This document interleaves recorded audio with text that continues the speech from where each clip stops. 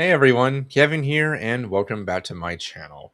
So a few years ago now, I made a video on how to break a teaching contract, and to this day, it is still getting views every single week. And that really speaks to how impactful the message continues to be, and how many still want to leave the profession today. But in those intervening years, there's been some changes and new things to talk about. And I've actually gotten multiple requests lately to update that video for the 2026 and eventual 2027 realities of doing this. And I felt the time right to revisit and refresh it a bit. So if you're someone who is currently wanting to leave and is concerned about being stuck in that contract that you just can't get out of, well, let's talk about how you actually can. And whether you've signed your intent to return forms or not, or have nothing lined up but actively want out, there are ways to do this should the opportunity arise, which is the exact thing that schools don't want you to know or realize. They make it out to be something that you just cannot do without serious ramifications because administrators and school districts repeatedly hold contracts over your head and threaten you with legal action if you break one.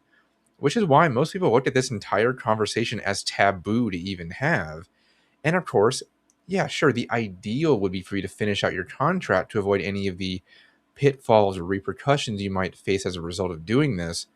But that's often just completely unrealistic. It was for me. And most teachers I know or have coffee chats want out mid year, but are constantly stonewalled by unions who are frankly not there to protect teachers anymore, just protect the contract. And frequently, they don't want to help you in that process, even if they somehow are supportive of your decision to quit, considering, you're probably suffering from what? Crippling levels of stress and mental health issues, along with having to deal with increasingly violent students, unsupportive administrators and parents, and becoming what amounts to a professional babysitter now. All of that is why people don't even know where to start this process because it's deliberately hidden from them to keep them in a cycle of being stuck in the system. But to cut to the chase, breaking a teaching contract really isn't that complicated at all, even though it's certainly made out to be. Now, with that being said, there are a number of things you need to be aware of and plan for prior to doing it, whether you want to do it before the school year begins or partway through, because those consequences very well might bite you later if you aren't prepared. And that's what I want to help you with today. Now, as a disclaimer, once again, this is not legal advice. I am not a lawyer, but I am speaking from personal experience as someone who did get out before the end of the year and who has helped hundreds of other people do the same over the last few years. So, the first thing you need to do is check your school district's policies. Believe me, there are sections in the ed code for you to look up what your district can do if you break your contract. Every district has a different one, so I can't tell you specifically where to find it, but go on the district website, find out where your contract is, and read through it until you find this section. Yeah, I know it's boring to do, but it is in there, believe me. And here you can read all of the information about resignations past the 2 weeks before the school year starts, who you need to contact, often HR, what paperwork is involved, notice periods for you quitting, and yes, the penalties for doing as well. And those ramifications are honestly all over the board, so it's hard to narrow it down, but I'll give you a few. The most obvious one is that your license may be suspended for up to a year, starting from the date of you leaving by your state's licensing agencies, and those black marks will stay on your public record. I can literally go on the California Teacher Credentialing website, search for me, and all of my credentials and adverse actions are viewable there, just like for any teacher. Now, that being said, this particular consequence remains highly unlikely, as I said a few years ago. Administrators love to quote this one as a way to get you to stay, but my answer to this has always been the same. So what? If you want out and want to change careers, does it really matter if you lose your teaching certifications and licensures, even if it's only for a short time? You aren't going to be teaching anymore regardless. It makes no impact on your future career whatsoever. To show my educator page on the credentialing website again, you'll see that I have no current certifications. They have all expired, and I have absolutely zero interest in renewing them. I'm never going back to the classroom, and I am very happy in my new career. So why should I give the state more of my time or money to keep them current? Even if mine had been revoked rather than expiring, I still wouldn't be using them anyway. Plus, like I said, this virtually never happens. Districts don't want you to know that they actually have to go to the state and commit a lot of time and paperwork to suspend your certifications, and most don't care enough to do that in the first place. They don't have the time or the effort to care about it. Same goes for the potential to be blacklisted from the district or neighboring districts too. You aren't teaching anymore anyway. Does it matter if you get blacklisted either? So I hope you're just starting to understand now how many of these consequences you've heard are toothless at best. But what about the ones which aren't toothless? Like being fined for breach of contract. And how they fine you is also varied. It might be the difference in pay between when you quit and the end of the term or school year, or the cost it takes to find your replacement. When I made that original video, I mentioned how this was the more likely thing to happen, and one of the core reasons I'm making this update is because these fines have actually become much more likely to be enforced and have even risen in cost too. Last I heard, they've reached into the several thousands of dollars and frequently happen.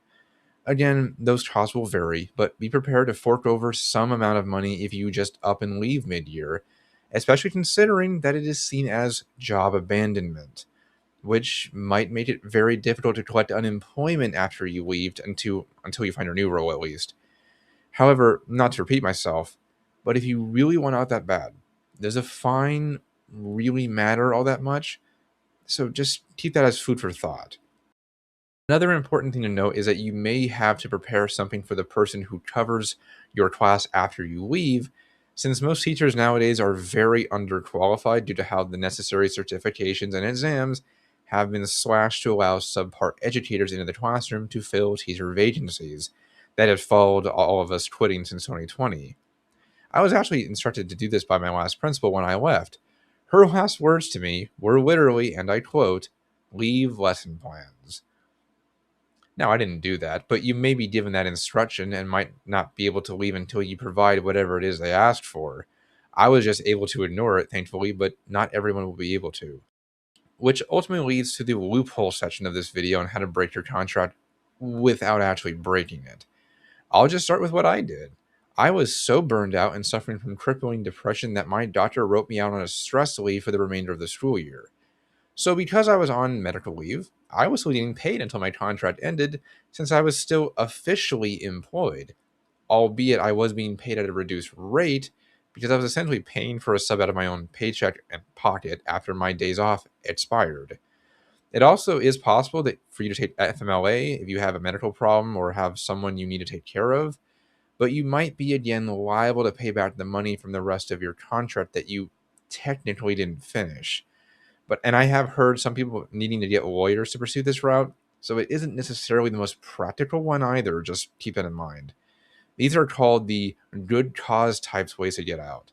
Hell, if you're really lucky, sometimes you can actually renegotiate your contract and get out of it, especially in states where teachers are a little more at will based, like Texas.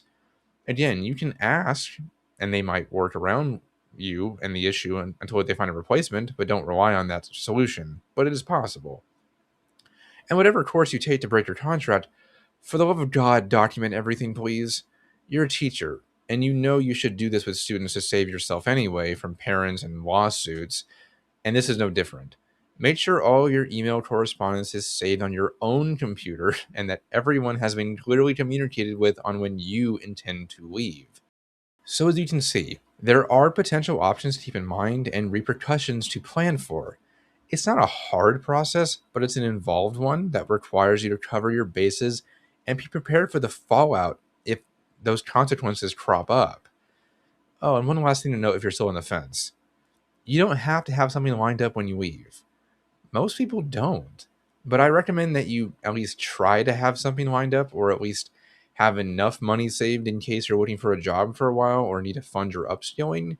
So don't forget to plan for those possibilities either, because money disappears fast when you have bills, and especially when you're not making a paycheck. So keep that in mind on top of everything else too. But all in all, if you need to get out, then just leave. You aren't doing yourself or the students any good by staying in a career that is making you actively miserable and giving you crippling mental health issues. The kids know you're suffering. Lord knows mine did, and were actually happy I was leaving and getting the help I needed therapy-wise. All you're doing is prolonging your own agony and making it even harder to be there for the kids because you've already checked out. Staying longer isn't going to help you or anyone else. So just get out. Break the contract and get out. And believe me, there is an enormous community of people like me who are here to help you through that process of leaving and finding that new career that will make you thrive and grow both personally and professionally again. You aren't alone, even if it may seem like it sometimes, because, as I've said many times, teachers are often cloistered in their classrooms and feel very isolated. But when you pop your head out of the classroom, you'll find that you really aren't. Well, guys, thanks for watching, and I hope you enjoyed today's episode. If you aren't subscribed yet, please do so, and don't forget to hit that like button while you're down there, because trust me, every little bit helps the algorithm reach the people who really need to hear this. But for now, I've been Kevin, and I will see you in the next video.